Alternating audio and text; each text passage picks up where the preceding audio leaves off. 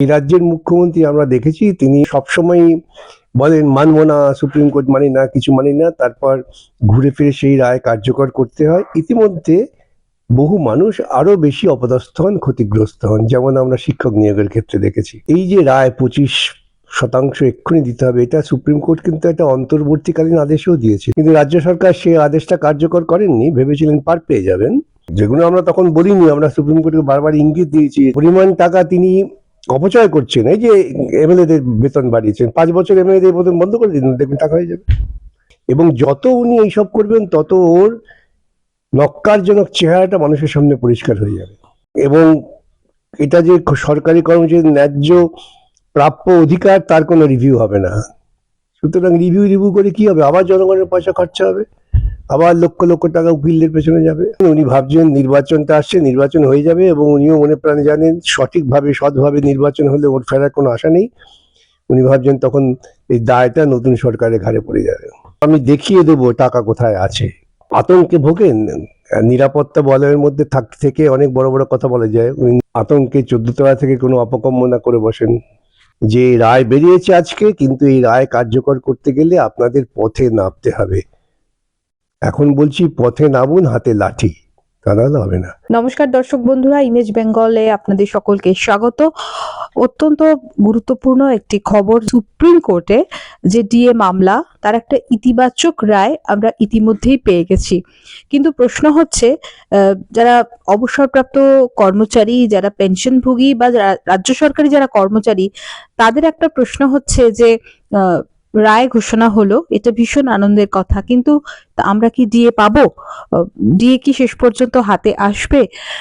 এই বিষয় নিয়ে কথা বলতে মুখোমুখি হয়েছি বিশিষ্ট আইনজীবী এবং বর্তমান সাংসদ বিকাশ রঞ্জন ভট্টাচার্যের। নমস্কার দাদা, প্রথমেই আপনাকে ইমেজ বেঙ্গলে স্বাগত জানাচ্ছি। নমস্কার। আজকে যেটা মূল প্রশ্ন, যে 25% ইমিডিয়েট পরিস্থিতিতে দিয়ে দেওয়ার কথা জানিয়ে দিলেন সুপ্রিম কোর্ট, এবং সেটা 31 মার্চের মধ্যে কার্যকরী করে ফেলতে হবে।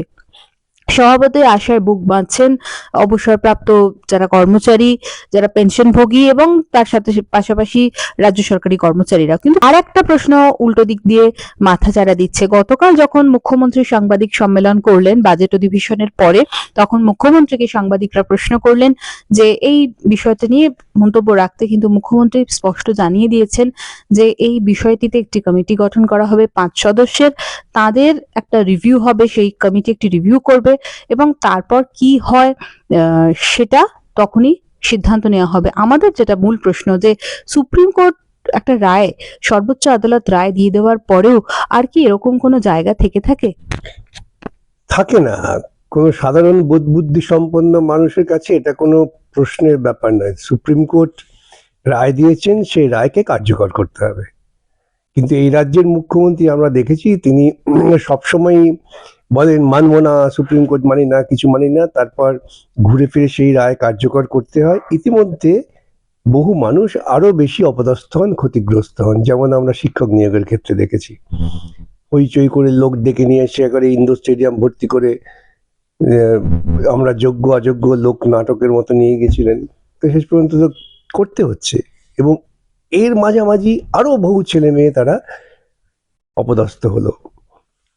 এই যে রায় 25% এক্ষুনি দিতে হবে, এটা সুপ্রিম কোর্ট কিন্তু একটা অন্তর্বর্তীকালীন আদেশও দিয়েছিল, কিন্তু রাজ্য সরকার সেই আদেশটা কার্যকর করেননি। ভেবেছিলেন পার পেয়ে যাবেন।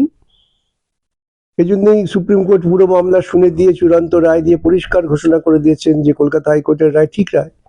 অর্থাৎ ডিএটা কারো দয়ার দান নয়, ডিএটা কর্মচারীদের একটা ন্যায্য আইনগত প্রাপ্য অধিকার, তাকে কার্যকর করতে হবে। ওই টাকা পয়সা নেই, এই সমস্ত যুক্তিও তারা সুপ্রিম কোর্টে উপস্থিত করেছিলেন। সুপ্রিম কোর্ট সেই বক্তব্যকে খারিজ করে দিয়েছেন, বুঝে টাকা পয়সা নেই, এটা কোনো যুক্তি নয়।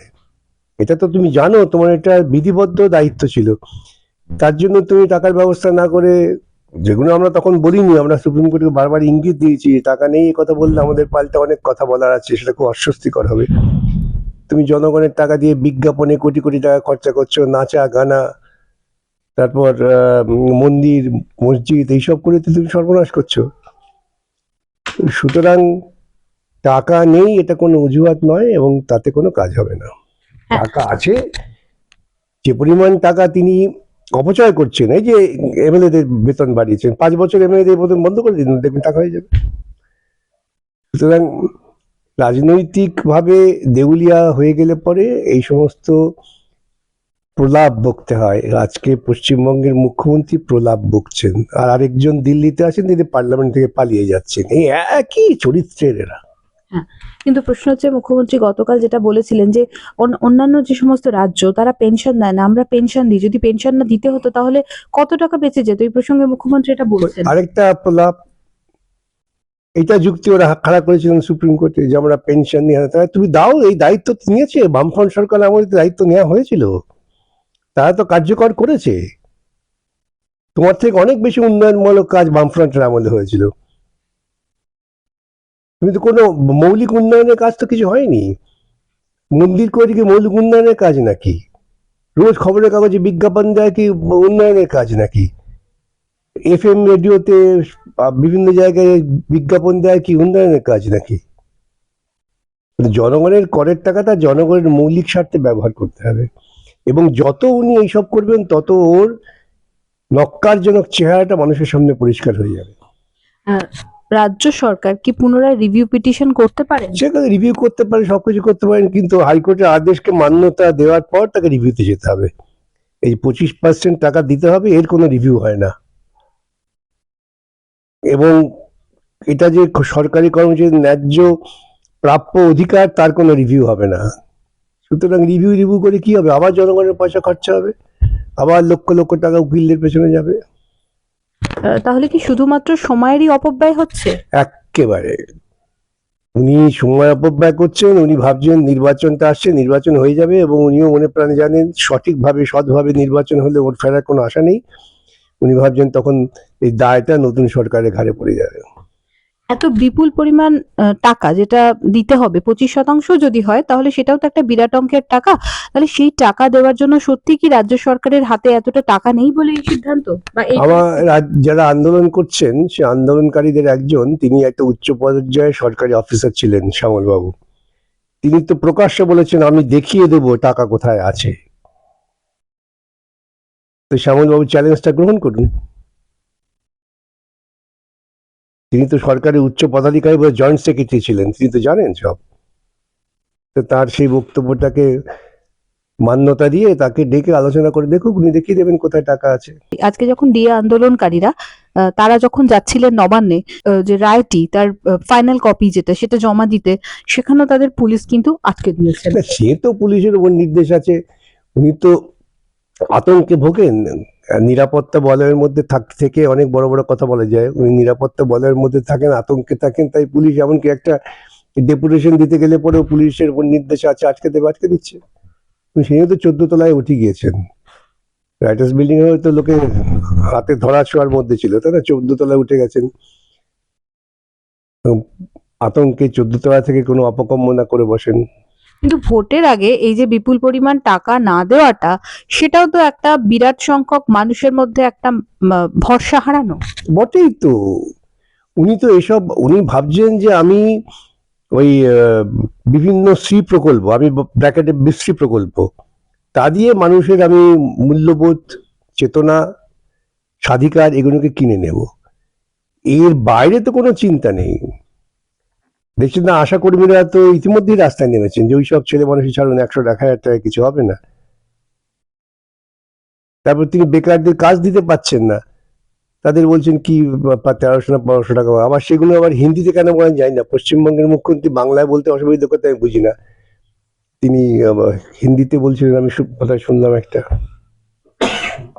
পাশাপাশি মূল যে বাজেট, মূল যে ডিএ মামলার যে রায়, সেটার বিশ্লেষণে একবার আসবো আপনার কাছে। যে প্রথমে 31শে মার্চের মধ্যে 25% দিয়ে দিতে হবে, তারপর বাকি যে 75% রইল তার জন্য একটা কমিটি ইতিমধ্যেই গঠন করে দেওয়া হয়েছে। এটা রাজ্য সরকারের প্রতি সুপ্রিম কোর্টের চূড়ান্ত অনাস্থা।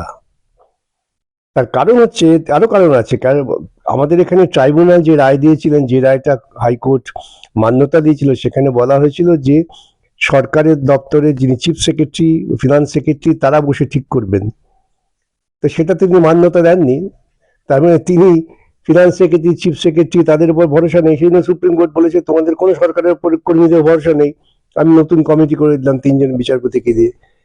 এটা একটা সাংবিধানিক সরকারের পক্ষে, এটা রাজ্য সরকারের পক্ষে অত্যন্ত লজ্জার যে সুপ্রিম কোর্ট পরিষ্কারভাবে রাজ্য সরকারের প্রশাসনের উপর অনাস্থা জ্ঞাপন করছে।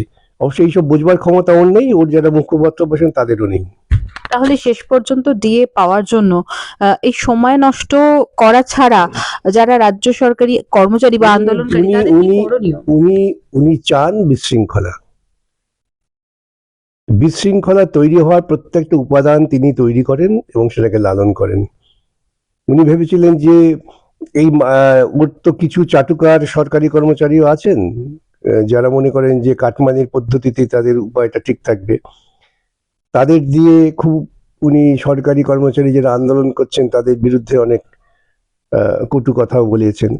আজকে তারা বিপদে পড়ে গেছে, তারা তখন বলতে পারবে না যে সরকারি কর্মচারীদের এটা ন্যায্য অধিকার নয় সুপ্রিম কোর্টের রায় হয়ে যাওয়ার পর। সুতরাং ভাঙনটা ভেতর থেকেই হবে। সরকারি কর্মচারী, অবসরপ্রাপ্ত সরকারি কর্মচারী, পেনশন প্রাপ্ত সরকারি কর্মচারী, প্রত্যেক মানুষের কাছে এই ডিএটা অত্যন্ত গুরুত্বপূর্ণ একটা অংশ তাদের জীবিকার। পথে ঘাটে যখন মামলা হচ্ছে, আমি বহু প্রবীণ নাগরিক তারা বলেছে আমরা পেনশনের উপর টিকে আছি, বিকাশবাবু যা দিনকাল পড়েছে চলছে না, ডিএটা ব্যবস্থা করে দিন। আমি তো ওর মতো আর ওই ভিডিও ক্যামেরা নিয়ে ঘুরে বেড়াই না, ঘুরে বেড়ালে দেখাতে পারতাম যে হাজার হাজার লোক যেখানে গেছি, পথে ঘাটে, বিমানবন্দরে, ট্রেনে, বাজারে, সব মানুষই তারা এই কথাই বলেছেন। আজকে তাদের অস্তিত্বের সংকট হয়ে গিয়েছে। যেখানে ডিভিশন বেঞ্চ, সুপ্রিম কোর্টের ডিভিশন বেঞ্চের একটা চূড়ান্ত রায় হয়ে গেল, তারপরে রাজ্য সরকার আবারও সেই একই প্রসঙ্গে আসছে, যদি রিভিউ পিটিশন করে ফেলেন বা করেন, তাহলে সেটা কতটা ধোপে টিকবে? আজকে এটাই সব থেকে বড় প্রশ্ন হচ্ছে। দেখুন, রিভিউ হওয়ার মতো কোনো আমি এখনো জাজমেন্টটা ডিটেলস পড়িনি, কিন্তু যতটুকু আমি চোখ বুলিয়েছি বা আমার জুনিয়র যতটুকু আমাকে দেখিয়েছেন, রিভিউ করার মতো কোনো জায়গা নেই। কিন্তু ওরা করবেন। এই যেমন শিক্ষক দুর্নীতি, কোনো রিভিউ ক্ষেত্র ছিল না, সরকারি পয়সা খরচা করে রিভিউ করেছেন, 1000টা পিটিশন ফাইল করেছেন। কি করে মুখ্যমন্ত্রী কি এটা ইগোর লড়াই? ইগো বলবেন না, এটা হচ্ছে মূর্খতার লড়াই, ইগো বলে না।